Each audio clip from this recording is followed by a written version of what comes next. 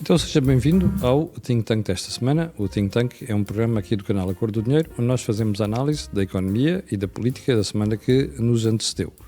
Ora, antes de irmos ao programa de hoje, quero só lembrar que o canal A Cor do Dinheiro tem uma parceria com a Prozis e que este programa ainda tem ajuda de produção do grupo Sendis Alidata e ainda da seguradora, ou melhor, da corretora online de seguros Belt. Belt, cinto, basicamente isso. Ora bem, o que é que temos para si hoje? Várias coisas. Em primeiro lugar, e first and foremost, a Convenção da Aliança Democrática no fim de semana. E em segundo lugar, as sondagens publicadas hoje pelo Grupo Correio da Manhã, da Intercampos, que dão o PS com uma larga vantagem sobre a Aliança Democrática. E finalmente vamos terminar o programa com uma análise àquilo que se passa no panorama da comunicação social. Jorge, hoje vou começar por ti. Convenção da Aliança Democrática. Bom, a Convenção da Aliança Democrática foi, no fundo, o epílogo mediático que tinha que ser introduzido, que era a presença dos coligados para essa aliança, e diria que foi uma espécie, não foi uma convenção partidária, mas foi uma mistura entre uma convenção política, também de pessoas independentes, e de uma ideia que a Aliança Democrata estava a organizar. Eu julgo que do ponto de vista, se quisermos, de imagem, de cenário, da forma como foi apresentada, revelou um elevado grau de profissionalismo. Mas julgo que aquilo esteve bem organizado, pelo que eu vi, me apercebi, esteve bem organizado. O que é que não é que seja menos positivo ou que seja negativo? O que é que julgo que não saiu da Convenção? Uma clara estratégia do que é que a Aliança Democrática quer para o país, a não ser o que é relevante, na minha opinião, que é derrubar o PS, afastar o PS do poder. No fundo, esta é a virtude da democracia, que é afastar os que falham e dar oportunidade àqueles que podem vir a falhar no futuro, mas que têm que ter essa oportunidade. Eu julgo que nessa matéria os discursos foram relativamente bem alinhados, mas não ficou muito, pelo menos do que eu ouvi, não ficou muito evidente e muito claro por onde é que nos querem levar. E depois é sempre perigoso para qualquer força política refugiar-se, não comentar, não atacar o problema de frente relativamente àquilo que eu chamaria os elefantes que estão na sala. A estratégia da coligação, no fim de contas. Não é só a estratégia, os elefantes que estão na sala. Quais são os elefantes que estão na sala? Os elefantes que estão na sala, se calhar por ordem hierárquica. Há um elefante que o AD, neste caso, e o PSD não poderiam deixar de falar, que é o Presidente da República. Eu acho que o Presidente da República está sozinho, está isolado e vai ter uma responsabilidade acrescida a 10 de março e era preciso que a força política, no fundo, que vai desafiar o PS, demonstrasse uma certa, diria, apoio a qualquer que seja a decisão. Mas Jorge, o Presidente da República deixou o PSD sozinho durante 8 anos. Mas aí, Camilo, isso é a dignidade e a hombridade e a elevação dos partidos vê-se nos momentos, não é só de sucesso, é na adversidade também. E, portanto, os erros de Marcelo Rebelo de Sousa não desculpam os erros do PSD. Portanto, não é por facto de Marcelo Rebelo de Sousa... Mas qual é a vantagem que tu vês na Convenção, por exemplo, ter-se feito a defesa do Presidente da República? A grande vantagem é que obrigaria os portugueses a pensar que o centro do poder, sobre quem pode ajudar a reconfigurar politicamente o país, é o Presidente da República. coisa que o PS anda já há várias semanas e há alguns meses a tentar, diria, inferiorizar, menorizar e desvalorizar o papel do Presidente da República. Mas deixa-me fazer-te outra pergunta, que é, em que é que isto ajudava a Presidência da República o PST agora estar-se a pronunciar sobre a função do Presidente, o que é que pode acontecer e os cenários que vêm aí? Qual era a vantagem? Não. Faz parte da luta política do PSD demonstrar o que é que o PS quer fazer às instituições que garantem o regular funcionamento da democracia. Mas isso está claro, não é? Não, não está claro. Se estivesse claro, não teríamos a campanha... O PS está a assassinar o Presidente da República. Claro. E, portanto, quem está no jogo democrático tem que dizer isso publicamente. Não se pode refugiar na ideia que o poder é separado e eu não me vou intrometer. Tem que dizer qualquer coisa. E, portanto, julgo que isso era um tema que eu gostaria de ter visto. O outro tema que foi que não foi muito evidente e penso que não é possível sê-lo neste momento é sobre os vários cenários de entendimento que os partidos possam vir a ter que fazer depois das eleições. Aí percebo que não havia espaço para isso, até porque havia necessidade de criar uma dinâmica de arranque da Aliança Democrática e, portanto, não havia, se quisermos, dizer que se vai coligar com A, B, C ou D, na perspectiva de alguns conselheiros da AD, pode ser nefasto e, portanto, não podiam ter feito,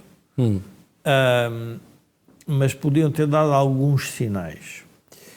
E o sinal mais importante, porque o que eu tenho estado a observar é o seguinte: o que é que pode levar um partido a não olhar para os resultados das eleições e dizer o que é que o país precisa que nós façamos?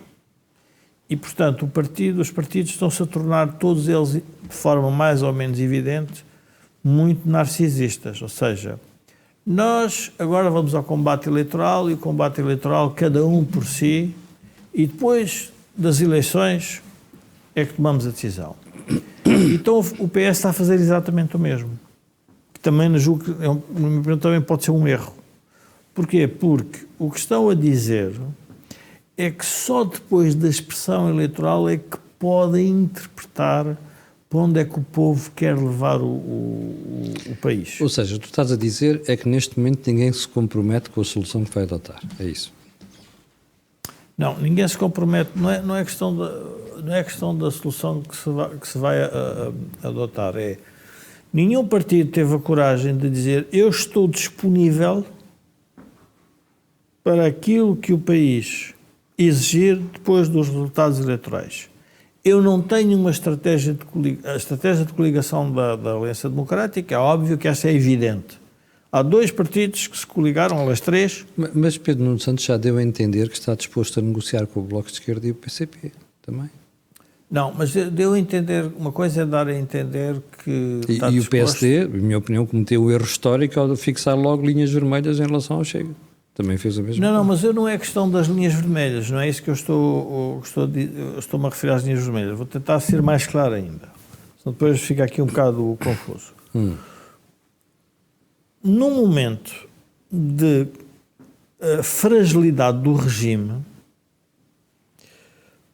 todas as forças políticas deveriam ter a capacidade de dizer, e aqui tanto pode ser à esquerda como à direita, porque a esquerda, e se calhar agora faço aqui um parênteses, a esquerda vai ter dificuldade em fazer um discurso de estabilidade. E o PS? Não é possível. Quer dizer, eu acho que podem dizer o que quiserem do que se passou, a única coisa que não foi estável foi a governação socialista. Quer coligado, ou pertencimento coligado, quer sozinho. E a pergunta que os portugueses têm que dar uma resposta é: porquê é que este governo socialista não criou estabilidade no país? Qual é a razão porque é que nós não temos estabilidade com uma coligação e com uma maioria absoluta? Com a coligação de esquerda ficou evidente que havia interesses muito contraditórios e divergentes. No fundo, nos Estados Unidos há um debate que é porque é que o Nixon pôs isso numa campanha, já não me recordo em campanha, 73. em que faz a pergunta: porque é que o Partido Democrático e o Partido Republicano sobre um conjunto de matérias não se estão a conseguir entender? 73. 73. E quando ele faz isso, o que ele quer dizer à política é cuidado, porque há coisas mais importantes que o partido. E o que eu estou a dizer é que os partidos, perante a crise do regime, teriam que fazer um movimento desta natureza, todos, sem exceção. A estabilidade, nós já sabemos que à esquerda não existe. Se não existiu, então o que é que Pedro Nuno Santos é? Porque então depois temos de fazer a pergunta. Então, Pedro Nuno Santos foi eleito para quê? Porque era preciso eleger um novo secretário-geral. Mas então e qual é a utilidade do secretário-geral? O que é que ele disse de novo relativamente à estabilidade que o seu partido não conseguiu gerar? Ele disse que durante 5 anos a geringonça funcionou. Diz? Ele disse que durante 5 anos a geringonça funcionou. Não, funcionou, mas é como se fosse... E com estabilidade. Não. O que ele está a dizer é, funcionou enquanto se lembraram porque é que estavam unidos. Estavam unidos porque quiseram impedir que o PSD governasse. Qualquer que fosse a solução que o PSD podia arranjar.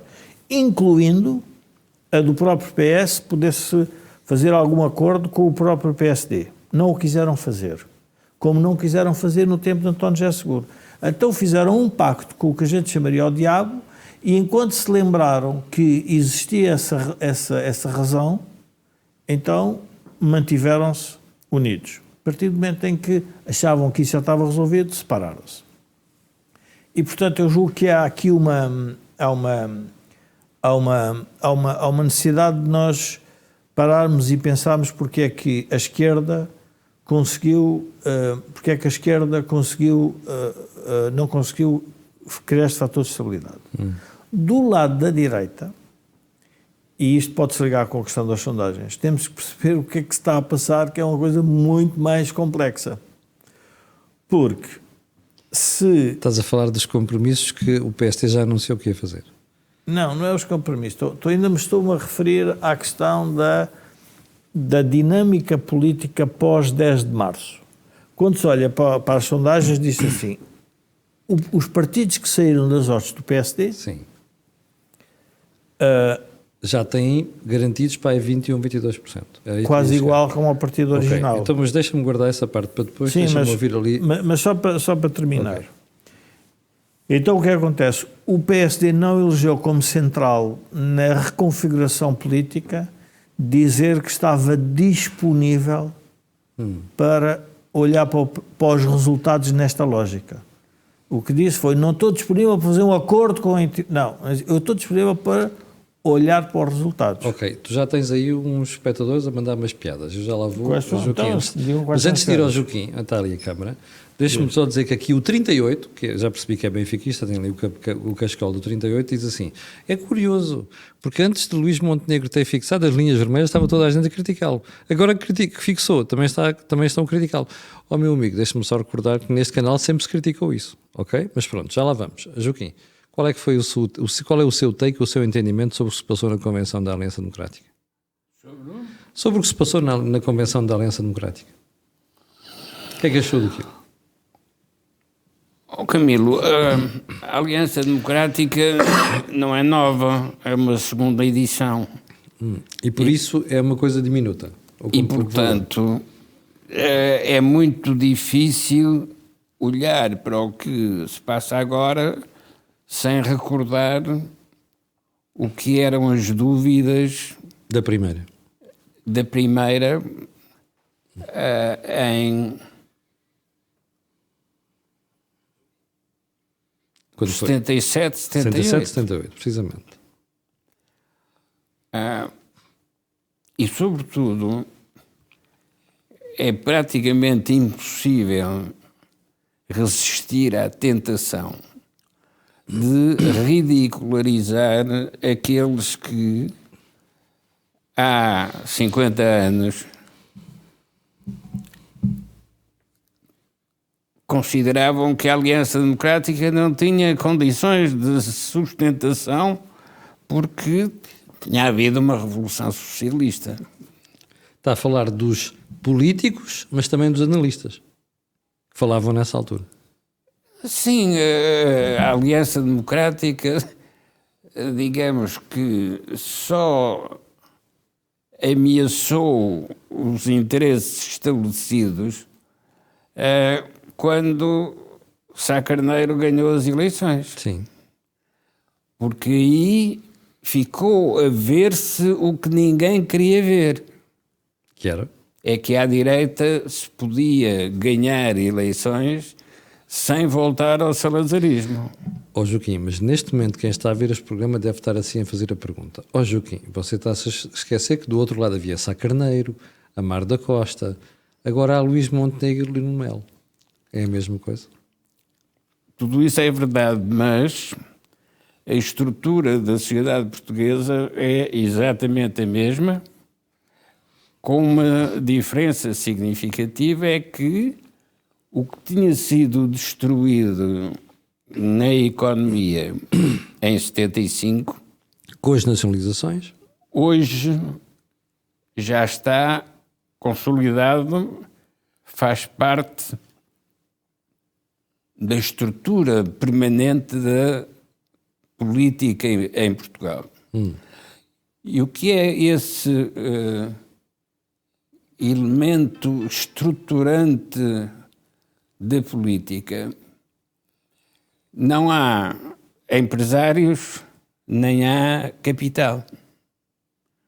Portanto, não é apenas um problema de não haver políticos. Não, de facto não há políticos porque não há empresários que obriguem os políticos a ser políticos. isso é verdade. E, portanto, estamos entregues à sociedade. E a sociedade não tem canais institucionais para fazer acontecer novidade na política. Estamos à espera das sondagens para poder fazer alguma coisa. E o que é que dizem as sondagens? As sondagens o que dizem é que está tudo na mesma. Ó Joaquim, dizem que o PS alargou a vantagem em relação ao PST. Estas de hoje. Dizem que neste momento há cerca de 6 pontos, ou quase, a dividir, a separar o PST do PS. Isso é normal. O que significa que a sociedade não aprendeu nada com as crises políticas que tem tido. Essa é a primeira leitura. A segunda é, se calhar, quem está a fazer a oposição não está a fazer da melhor maneira.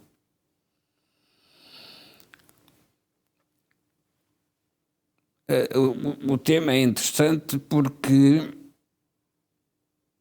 nós estamos confrontados com uma experiência nova, no caso português, que é quem exerce o poder político não consegue afirmar a sua autoridade. E, portanto, estamos sem rei e sem roque. Ora, o que é isso, estar sem rei e sem roque? Não temos nem poder nem oposição. Porque não é possível ter oposição se não houver poder. Para que a oposição se organize contra esse poder. Ora, o poder em Portugal é de tal modo frágil que não chega a gerar o antagonismo que permita fazer aparecer a oposição. E então a oposição nasce de onde? Nasce do próprio poder. É o poder que gera a oposição. Já foi assim no salazarismo, porque de facto a ala liberal que na Assembleia Nacional se opunha ao poder estabelecido no salazarismo, essa ala liberal afirmava-se não pela qualidade do seu projeto próprio, mas pela resistência que oferecia Por ser oposição. ao poder político da altura.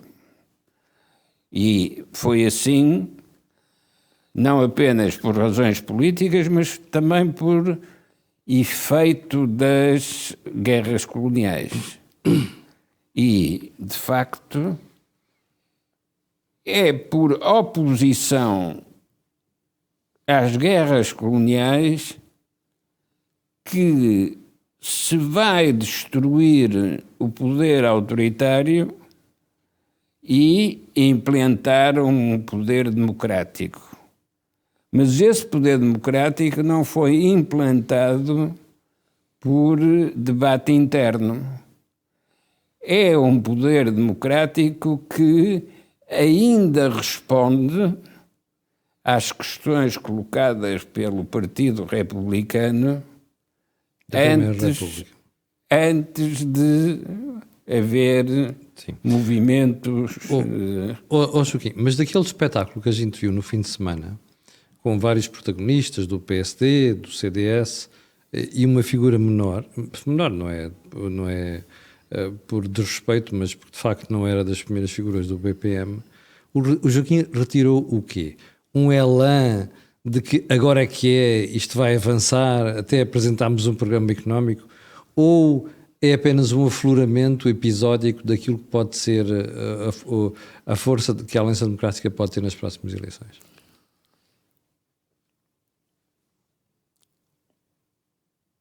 Camilo, a sociedade portuguesa já não tem a vitalidade do tempo dos descobrimentos.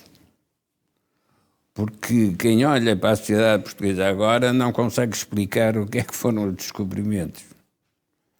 Porque esta população que hoje existe imigra, mas não vai descobrir nada. Sim. Falta-lhe energia. Falta-lhe energia. Falta-lhe vontade de mudar.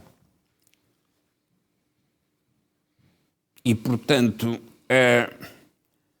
tem como verdadeiro projeto imigrar sentados.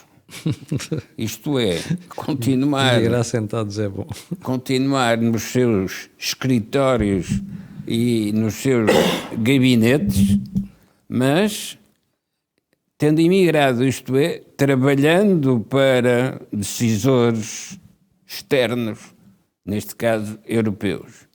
Esse parece ser o principal desígnio da sociedade portuguesa, população atual, e em especial dos jovens. Portanto, o Joaquim onde é que quer chegar? Quer dizer que a Convenção não conseguiu mudar esse estado de coisas, que é a ambição. Não só não conseguiu mudar, como ainda por cima agravou a perversidade deste tipo de relação, quer com o poder, quer com o exterior. Deixa-me voltar ao Jorge. Jorge, voltemos à questão que estavas a começar a enunciar há bocadinho, que é, houve um elefante na sala durante todo o fim de semana. Houve dois. Não, eu não refiro a Montenegro e a Nuno Melo. Eu refiro-me ao elefante na sala, para mim, é a ausência de estratégia do PST. Ou melhor, a ausência de estratégia correta do PST. Porque o PST tomou duas decisões. A primeira, dizer, nós não nos coligamos com o Chega. A segunda foi, Luís Montenegro disse nas semanas passadas, que depois foi secundado por Nuno Melo, que se não ganhasse as eleições e ganhasse o PS, mesmo que o PS não tivesse maioria absoluta, que o PST deixaria o PS a governar. Isto não foi um erro. Aliás, não foram dois erros e gravíssimos. Os erros estratégicos são muito difíceis de corrigir, os táticos conseguem. Ou seja, mas isto é estratégico. Mas o erro estratégico está feito e, portanto, a pergunta é como é que eu saio disto? Se é que sais. Sai. É relativamente fácil de sair. Se mudar... Espera aí, Jorge. Luís Montenegro, ouça bem esta parte a partir de agora. É relativamente fácil de sair porque tem que mudar as regras do jogo. Ou seja, o Chega foi uma construção que deu vantagem ao PS, mas é uma construção que neste momento está a dar uma vantagem brutal ao PSD. Contrariamente ao que os do PSD estão a pensar. Então porquê? Tentar explicar. Repito, Luís Montenegro, ouça bem esta parte. Eu julgo que é não, por aí, mas é importante isso que eles não estão a ouvir. que é por aí que vai. São teimosos e não. Nós temos dois polos na sociedade portuguesa da alternativa, o PS e o PSD. O PS encontrou uma figura agregadora à esquerda que agora quer dar saltos para a social-democracia, que é o caso de Pedro Nuno Santos. Sim. E António Costa... E até Mariana Mortágua. Sim, e António Costa fez o mesmo e deu saltos de tal forma que depois ficaram para trás os seus apoiantes. Ora, o Chega entra no discurso político em Portugal com um discurso político radicalizado e que eu percebo e que foi aquilo que lhe deu o crescimento e que, portanto, que se percebe do ponto de vista. Bom, está nos livros. Mas sendo um partido que tem essa vertente radical, não é revolucionária, mas é de desafio ao status quo, precisa de um parceiro moderado. Precisa de um parceiro que lhe diga, pá, tu até podes ter muita razão num conjunto de matérias, mas cuidado porque tu ainda não cresceste o suficiente para poderes governar ou poderes ter acesso ao poder. E, portanto, o Chega não pode sequer pensar em fazer qualquer coisa se não tiver o PSD. Ora, o que nós estamos a dizer é que do lado e o PSD cometeu um erro, que é o erro mais ou menos, vamos pôr esta de uma forma para as pessoas perceberem. Há dois concorrentes nos hipermercados, Sonai e Jerónimo Martins. Sim. E de repente aparece o outro concorrente, Mercadona, o Lidl e tal, e começam a repartir mercado e sobre um conjunto de matérias ainda estão a julgar que estão os dois sozinhos e não estão. Não está o PS sozinho como não está o PSD. Uma das coisas que mudou no sistema político foi a necessidade, primeiro porque já ninguém acredita na maioria absoluta do PS. Qualquer pessoa de bom senso olha para a maioria absoluta do PS. Nem o Pedro Nuno. Não, mas é que nós portugueses, o Pedro Nuno pode acreditar porque ele quer, mas nós não podemos acreditar porque nós tivemos as maiorias absolutas de Cavaco, não correu bem. Tivemos Sócrates não correu bem. E tivemos Costa pessimamente. Portanto, é melhor pensar em que se calhar a solução do país está em que as forças se podem alternar, têm que chegar a coligações. Então têm que aceitar isso como a regra do jogo. A ideia monopolista de um ou outro sobre o espectro político foi desvanecendo. Então, mas isso significa que estás a dizer que o PSD cometeu um erro. Como é que o PSD volta atrás? Que disse eu não quero nada com isto. Não, porque o PSD comete um erro, não é? O PSD tentou fazer uma coisa que é muito difícil em política, que era esconder o tal elefante, que neste caso era o próprio Chega, e ainda hoje, apesar das sondagens darem os votos que dão ao Chega, mas o Chega tem que provar 16,6%, que é um pau de dois bicos. Porquê? Porque pode ser que aquilo sirva para dizer que afinal o discurso radical não venceu, ou afinal o discurso radical venceu porque os democratas, ou seja, os analistas políticos, já sei o que é que vão dizer no dia 11 de março, todos eles vão começar a dizer assim, se o Chega cresceu muito, a responsabilidade disto é destes partidos e tal. Se o Chega não cresceu, vão dizer, afinal não é nada disso. Portanto, o Chega está sempre no meio da berlina, portanto o discurso político concentrou-se no Chega, que não deveria ser assim, mas já que é assim, então vamos fazê-lo até ao fim. O que eu quero dizer é que ainda hoje há pessoas que dizem, cuidado, porque se o Montenegro se aproximar do Chega, ainda vai perder o eleitorado do centro. Mas há uma coisa que as pessoas têm que perceber. A Iniciativa Liberal e o Chega saem do PSD. Portanto, esses eleitorados são eleitorados... É como agora o PCP estar a crescer porque o PS não cresce tanto. É normal. Tantas pessoas... Jorge, há outro problema, que é, os números mostram, neste momento, que afinal, como a AD está abaixo do que estava o PST em dezembro, quer dizer que continua a perder votos, provavelmente para o Chega. O PSD? O PST. Porque o PST tem agora Não sei, 20,8 Camilo. e tinha mais em dezembro, portanto está a perder votos para o Chega. Camilo, não sei. Vamos lá ver, o PS montou uma estratégia que temos que reconhecer inteligente. Obrigou a que o discurso político da alternativa se centrasse no Chega, Sim, porque foi sabe que é a forma de dividir a direita. Uhum.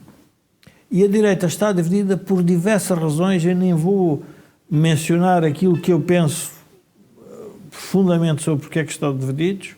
Não vale a pena, porque o combate agora a 10 de março, na minha opinião, para quem quer ver o país mudar e ser reconfigurado politicamente, é que haja uma maioria de direita em número de votos significativo para que o Presidente tenha a legitimidade para obrigar as pessoas a entenderem-se. Quer dizer, isto não é uma brincadeira, isto não é um jogo de partidos em que eu me apetece coligar, apetece não coligar, tem que resolver os problemas do país. Se não há esses problemas do país, então não há crise do regime. Ou seja, o que eu quero dizer é o seguinte: nós estamos numa situação de emergência ou não?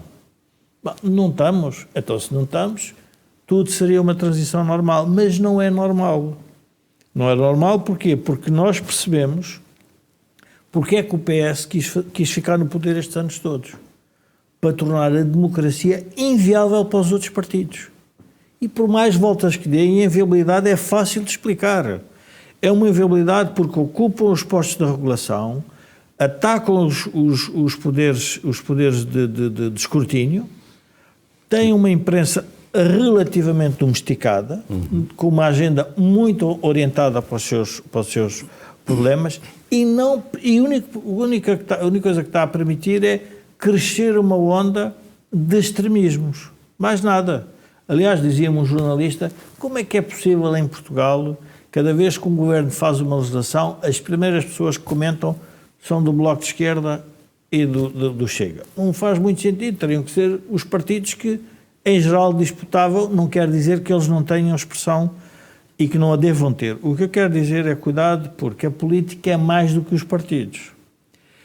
E vamos ver, esta geração política tem que ajudar também o Presidente da República a resolver este problema.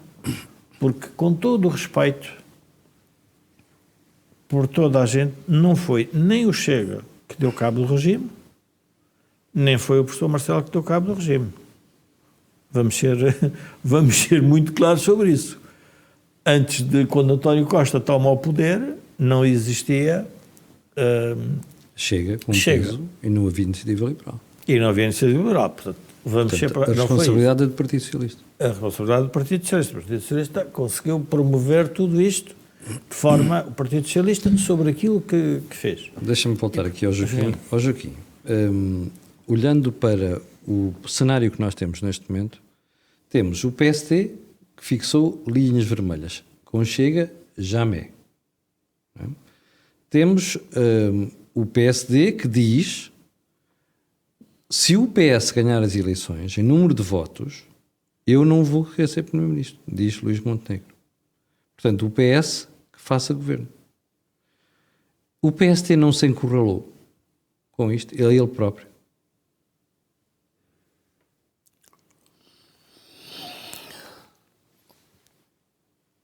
Camilo, nessas circunstâncias, o edifício pode ruir. Ou seja, as pressões internas tornam-se tão fortes que a construção, que nas condições anteriores era uma construção estável, a construção pode fragmentar-se. Então não temos só um partido novo, podemos ter vários. E multiplicarem-se as iniciativas de apresentar novos clubes para o campeonato. Mas onde é que há espaço para isso, Joaquim? Onde é que há espaço para isso? Já temos um Chega, já temos uma iniciativa liberal. O espaço é criado pela explosão daquilo que existe. Ou implosão.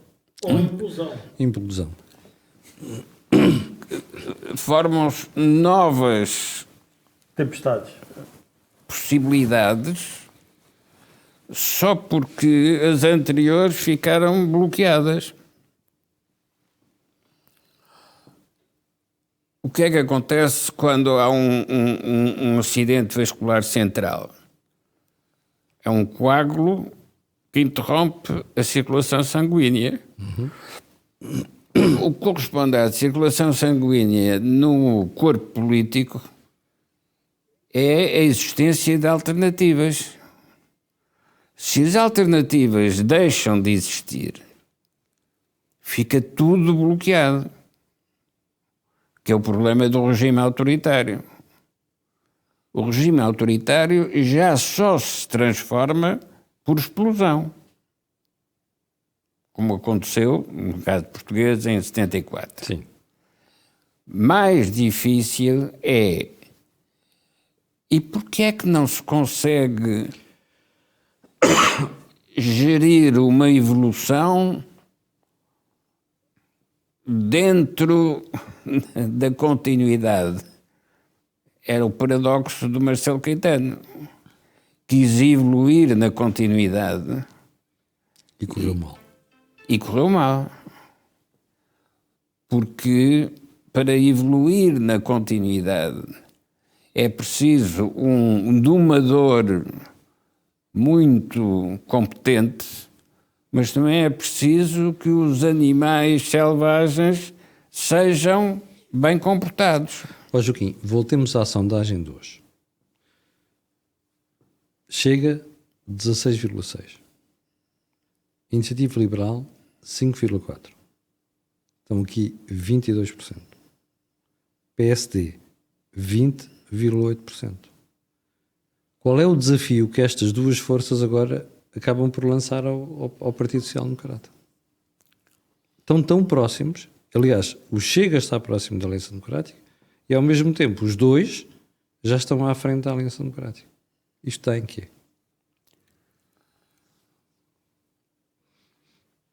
Os partidos servem para representar na esfera política os interesses da sociedade. Quais são os interesses da sociedade nesta fase? Deveriam ser aproveitar os recursos europeus para desenvolver a economia nacional.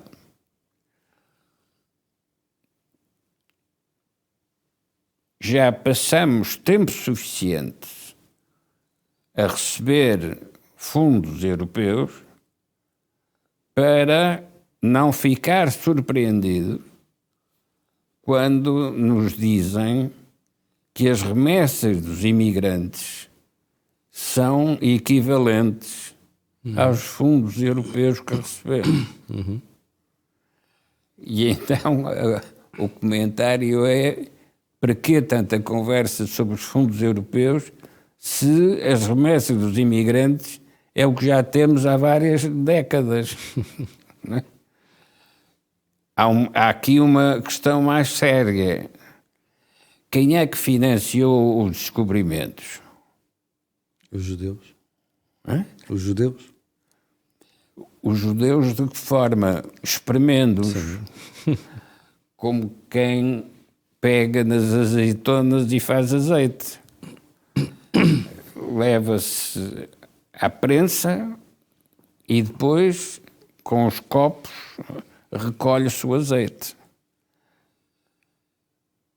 Nós podemos estar a caminhar nessa direção de só podermos crescer economicamente quando aproveitarmos os últimos recursos para criar um novo modo de vida, quer na economia, quer na sociedade. O que é o novo modo de vida?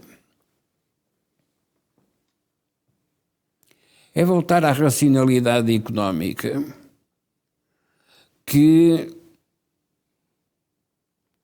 nos conduziu à bancarrota, isto é, à incapacidade de pagamento aos credores, mas nós perdemos a criança com a água do banho, isto é, quando devíamos estar a lavar a criança para deixar crescer novamente, Deitamos a criança fora. o que fizemos foi reversões.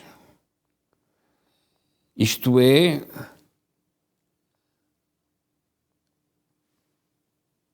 confessamos o pecado, mas só para voltarmos a pecar outra vez. Sim. Faz o ato de contrição, mas volta-se a pecar. Não Regeneramos. E por isso é que não fizemos novos descobrimentos. Sim. Mas é preciso recordar o que é que a sociedade portuguesa fez ao Vítor Gaspar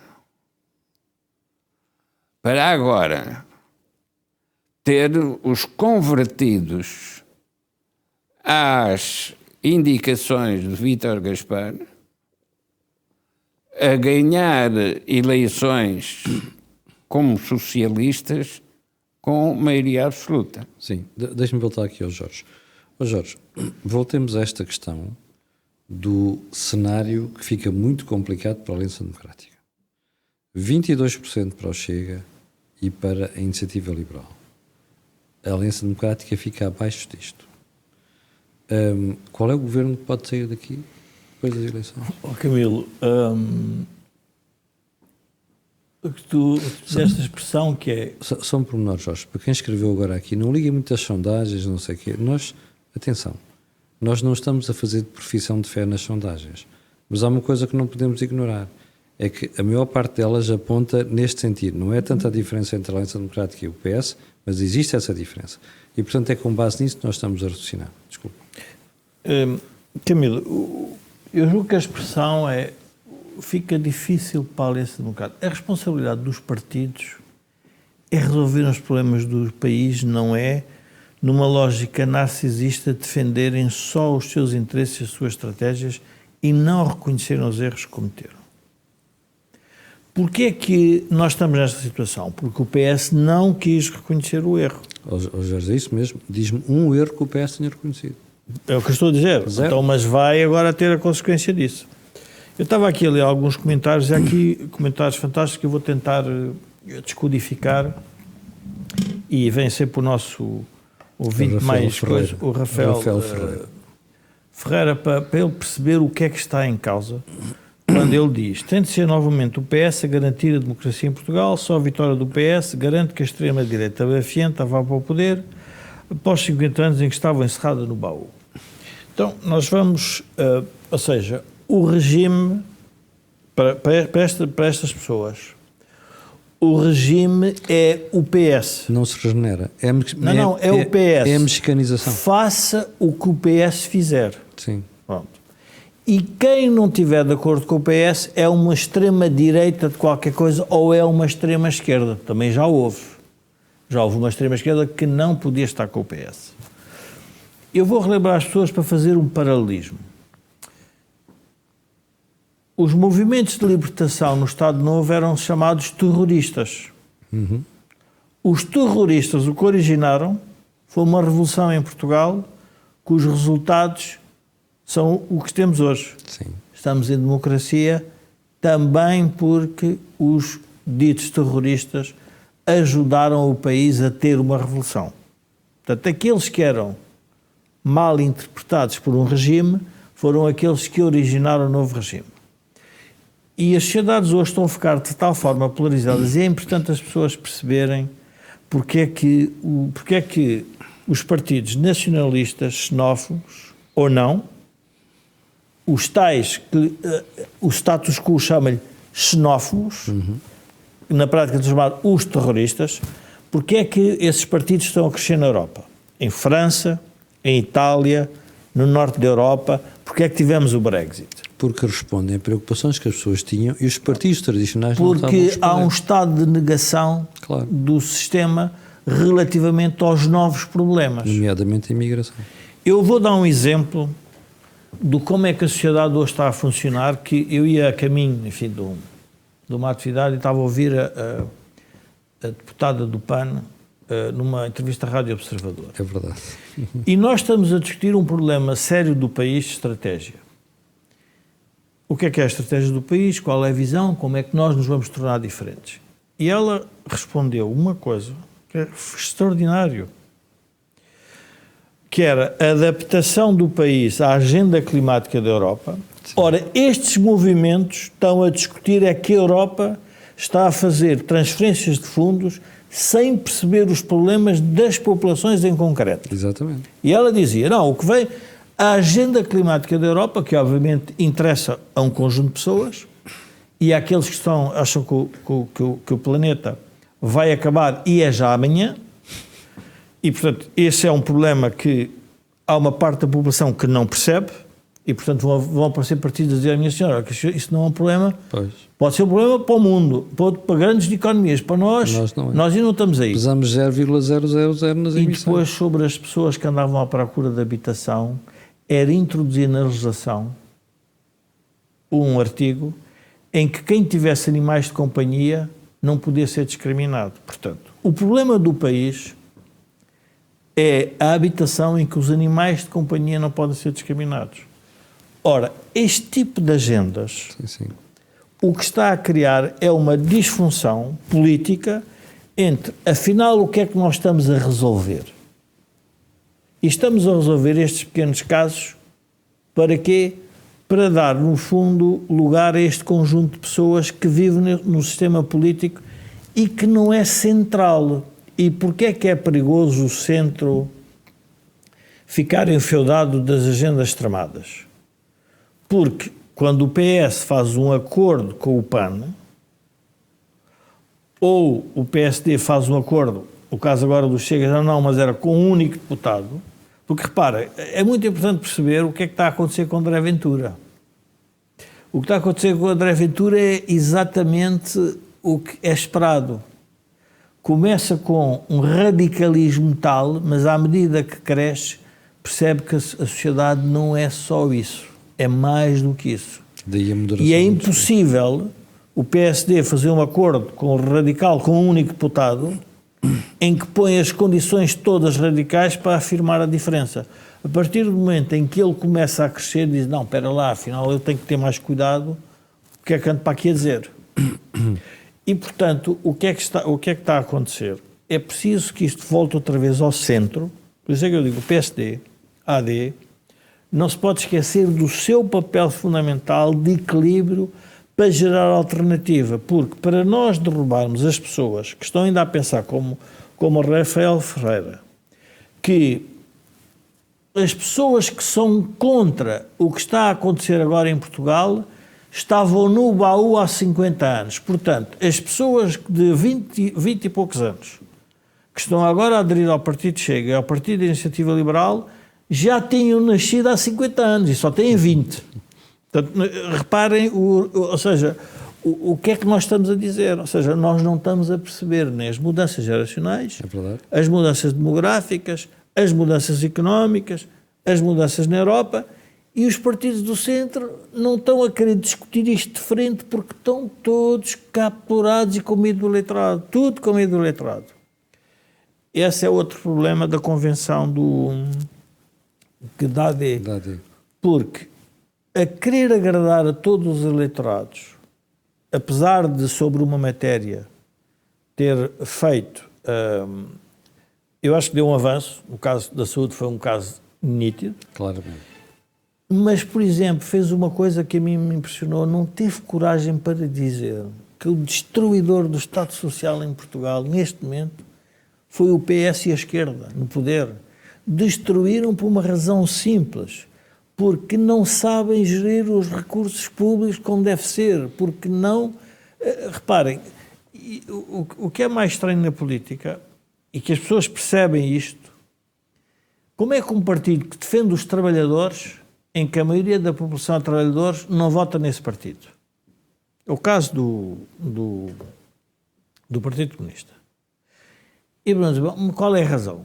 Porque as pessoas percebem que a dinâmica da sociedade é mais do que a sua própria condição de trabalhador. Quando os funcionários públicos votam só no partido que lhes mantém o emprego e o salário, então o que estão a fazer? Não estão a votar como cidadãos, estão a votar como Em terceiros da sua condição. Qual é a diferença disso para os militantes que agora mudam de partido à última da hora? Pois. E, portanto, o que nós estamos a fazer... então somos, nós, como eleitorado, somos tudo isso. Votamos naquele que nos protege mais o nosso interesse. Ora, isso é o que está a destruir lentamente a democracia e os partidos do centro. Deixa-me voltar, Joaquim. Quando há bocadinho estávamos a falar do PSD e da direita, há aqui uma dúvida que me assalta. Se o Joaquim olhar para a convenção e olhar agora para as sondagens, se por acaso houver uma solução, se as sondagens de hoje espelharem o que vai acontecer no dia 10 de março, qual é a solução governativa?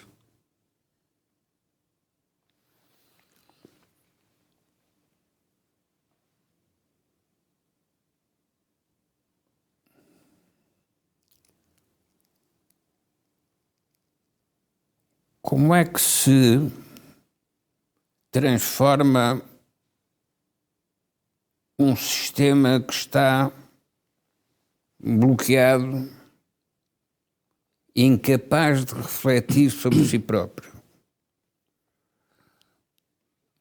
O eleitorado, de acordo com as instruções do Sr. Presidente da República, o eleitorado é quem mais ordena e o eleitorado vai dizer no dia 10 o que é que quer. O que significa que são depois os agentes políticos, os dirigentes partidários, os deputados que forem eleitos nessas eleições do dia 10, que vão interpretar o que é o campo de possibilidades. Oh, Joaquim, mas o problema é que os partidos já disseram com o Chega jamais. E disseram agora, não é depois das eleições. Até ao dia em que fazem como António Costa e destroem os muros que tinham sido construídos pelas realidades políticas anteriores. Destroem os muros, não é fazer janelas, não, é destroem os muros e reconciliam-se na praça pública ou reconciliam-se na Assembleia da República. Esse é um dos cenários a partir da existência de eleições. Porque as eleições não servem para escolher os melhores. As eleições servem para afastar os que falham. Porque, se não são afastados, também não permitem que novos apareçam. E, portanto, a diferença entre o regime autoritário e a democracia é que a democracia tem a produção de alternativas, enquanto que o regime autoritário só pode manter a sua prática autoritária e, portanto, parte em lugar de se ajustar com flexibilidade. Portanto, tem razão o Sr. Presidente da República que, perante a crise com o António Costa, é preciso ir para eleições.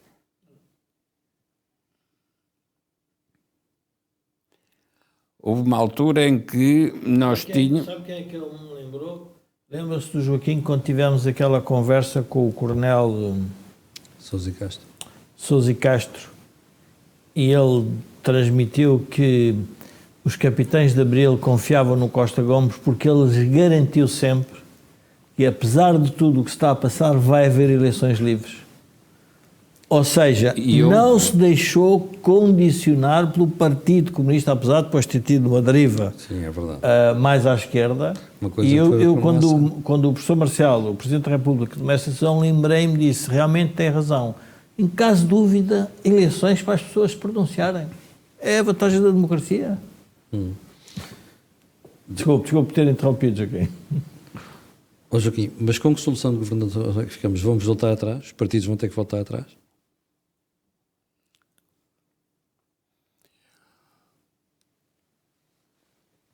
É nos momentos de maior gravidade que surgem ideias até então desconhecidas ou que ninguém se arriscava a pronunciar-se.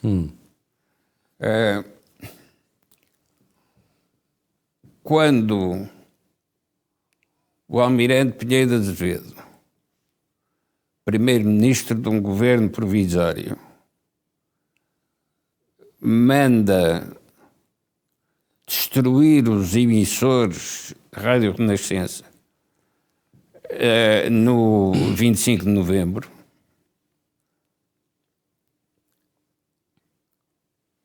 pergunta-se se isso correspondia a uma doutrina política cuidadosamente elaborada ou se, pelo contrário, correspondeu a um jogo num copo de dados, atiram-se os dados para a mesa e vê-se qual é o resultado com que se fica.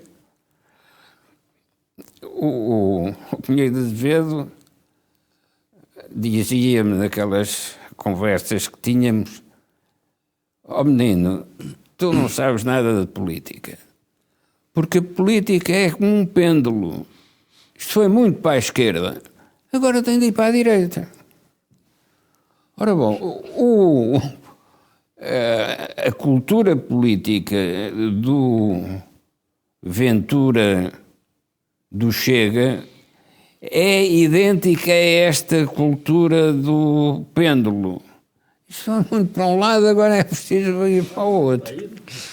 É isso que o eleitorado é capaz de formular através dos resultados eleitorais. Sim, já agora para sossegar quem está a ver e está muito preocupado com as sondagens, a pensar que nós levamos religiosamente as sondagens à letra, não é o caso.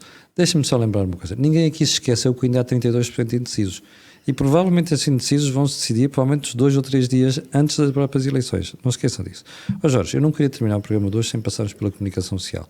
Está outra vez montado um circo por causa da história do Grupo Global Media.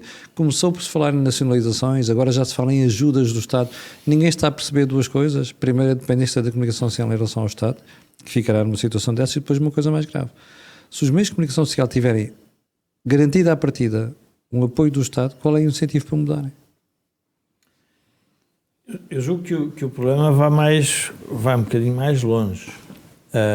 A comunicação social que nos está a escrutinar, a nós cidadãos, ao Governo e ao Estado, está os jornalistas, não, obviamente não estou a ver pelo menos as administrações das empresas a fazerem esse tipo de abordagem, mas estou a dizer os jornalistas, estão-se a esquecer, cada vez que se comenta o que se passa na Polónia e na Hungria, ou seja, com a intervenção do Estado na comunicação social, que é um problema para a própria democracia desses países.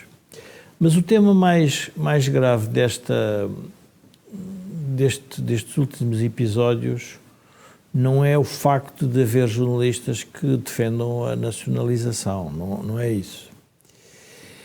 É o tal sentimento de que nós não aceitamos, ou seja, passados esses 50 anos de Abril, nós não temos claro o que é a democracia liberal e o que é a economia de mercado e como é que isto funciona. Porquê? Porque se cada vez que houver um problema no setor o Estado for intervir, a pergunta que tem que fazer sempre é em benefício de quem? Quem é que vai pagar e se não há alternativas? Ora, a pior e é o desconhecimento sobre a economia de mercado. Ou seja, as pessoas que não compravam o jornal que está em processo de dificuldade... Vai comprar porque tem ajuda do Estado? Não é só vai comprar outros. Se calhar melhora a situação dos outros.